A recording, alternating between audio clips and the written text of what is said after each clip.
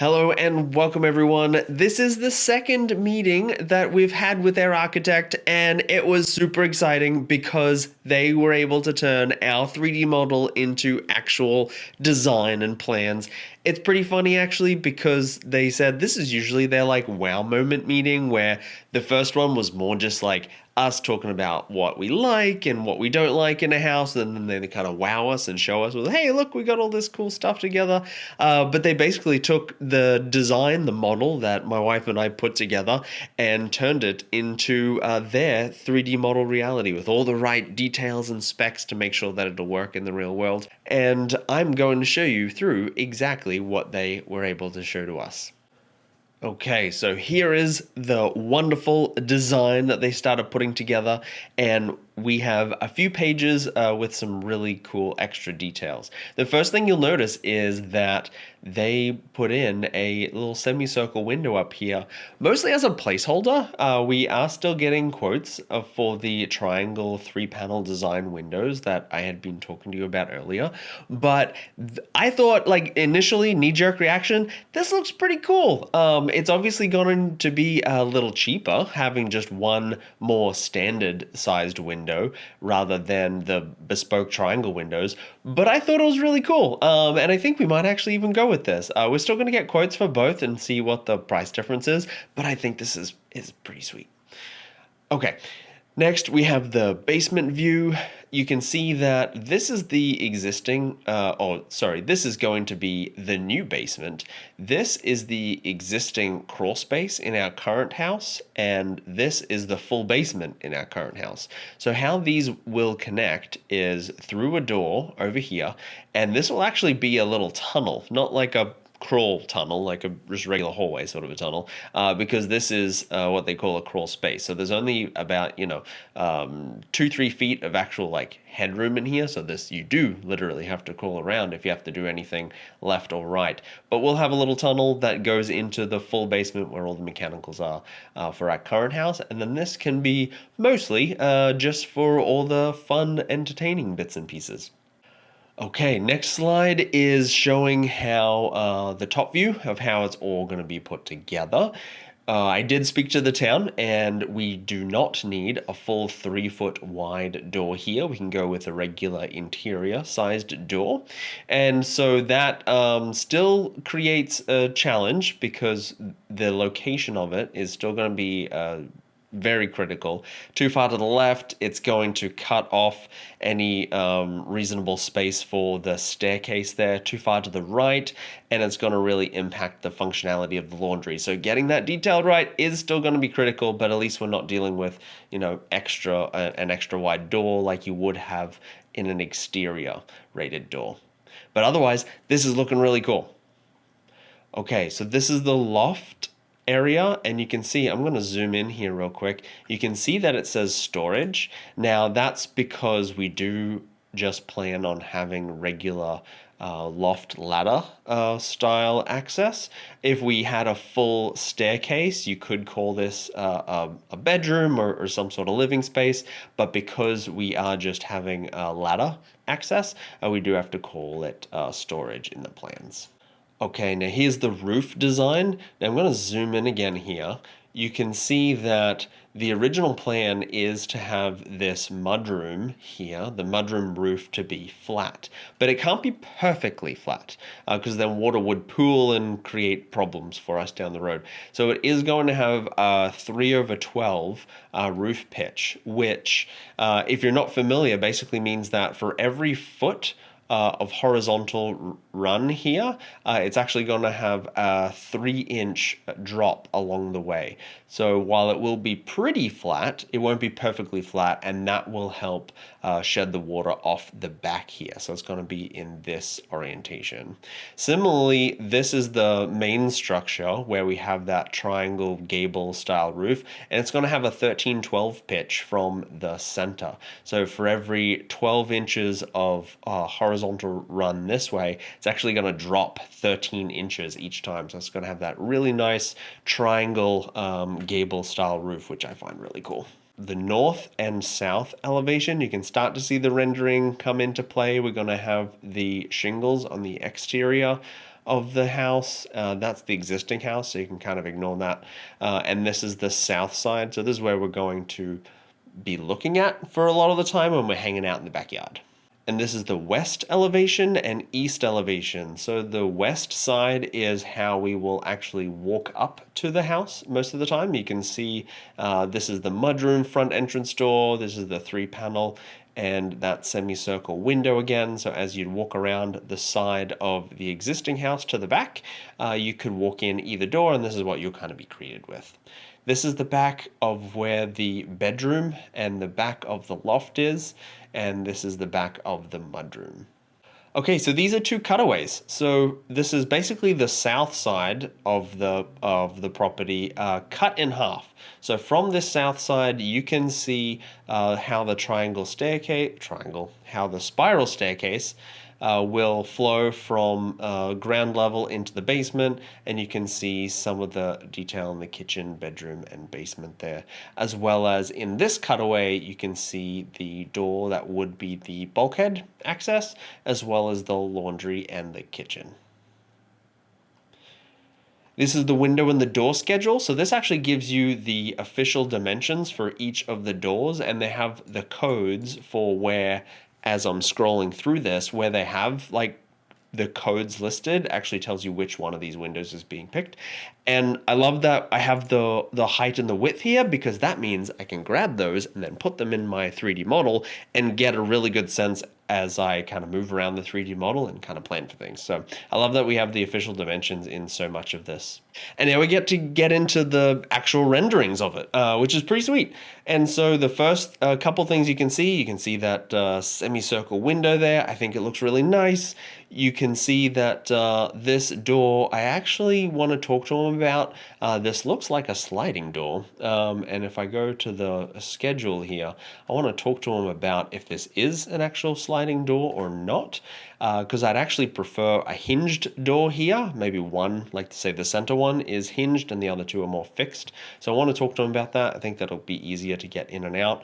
And the other detail that's really cool is they added a little step down in the deck. So we have the regular deck here, a step down, and then this deck here. It must be that our elevation of the grass area here accommodates for that. And that's not something I had thought of before, to be perfectly honest. And I really like how it looks. I think it looks really cool. It adds a little bit of interest to the outside, not just perfectly flat. And while we won't be adding the full deck straight away, just probably the above basement deck over here, but I really like it, so I want to incorporate it. I think that was a cool change. Okay, so now we're looking at the back side of the addition. There's the bulkhead access into the basement, the bedroom windows. There was a couple of things here that I didn't anticipate when I was drawing it up that kind of shown themselves when coming into reality. The first one is we're going to do full height cabinets in the kitchen. And so normally where this loft platform here is, that would be where your regular 8-foot ceiling height would be. So basically here, the cabinets would go all the way to a flat ceiling roof. Given it's a smaller kitchen, we're kind of grabbing all the space we can. It's also pretty common to have non-full height cabinets. So there's usually like, a foot of gap up here. So we want to bring it all the way to the roof, as it were. But because this is vaulted and because we're doing a loft, there's actually quite a bit of space up here still, which is actually really good for our cats. So they will be able to, climb up. We'll do a little cat tower over here on each corner, as you probably saw in an earlier episode, but they'll have plenty of room as they run along this side above the cabinets, because there's quite a good little space there, and then they can jump in and hang out with my wife in the loft. So that'll be pretty cool. The other interesting thing is this is the design that we came up with, but they're going to also play with one for us to look at where they change the layout of this kitchen a little bit. So instead of having a corner sink, it's going to go oven, sink, dishwasher in a straight line over here, and then have the fridge moved directly beside the ladder. I think both could look really cool, so it'll be interesting. They're going to draw up a little model render like this and show us what it looks like, and then we can pick one. While we're not going to do this right away with the builder in the factory, etc., we do need to know where all the plugs and the outlets and the plumbing goes. So we do have to pick between the two, even if it is several months away before we actually put any cabinets in. The other little detail is that we have the island. You can see the chairs. We're going to, watch TV. One side, instead of having kind of cabinets all the way around like a typical island, because this is going to be a double-sided seat style island, kitchen table, if you will.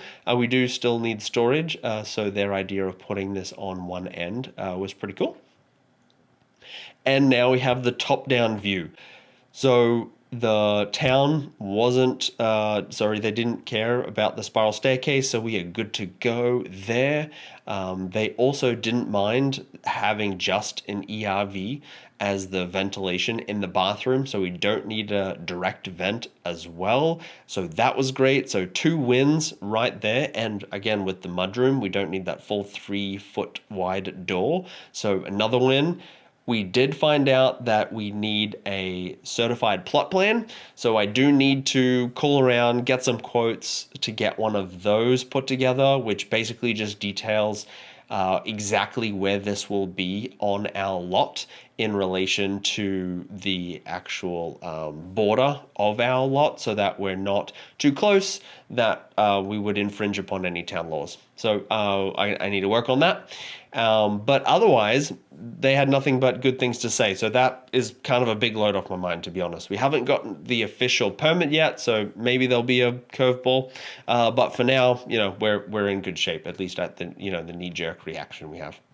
Other couple of tiny design changes is that if you remember in the screened-in porch, we're going to have some string lights that run around the outside and plug into an outlet in the soffit. And here in the States, we don't usually have switched outlets. It does happen, but they're not terribly common. They're usually just live, that you just plug in and something goes and the switch is on the cord itself. Given that it'll be in the soffit and not down low, that would require me jumping on a ladder every time I wanted to plug it in. So we're going to put an extra switch in here. So having a switched outlet where in the hallway we can just turn those string lights on and off. So that'll be really nice too. So what's next? So we still need to find a builder. We obviously have the architect and the factory all looped in, so they'll be able to do all their part, but we need someone to be able to hook up the electrical to our existing house and the plumbing and dig the foundation and all that sort of good stuff. So we do need to find a builder. We are going into early spring 2023 here, and so we're trying to get this done by the fall, at least buttoned up, like none of the finishing done, but at least kind of set and hooked up. So we have about 6 months, which isn't a lot.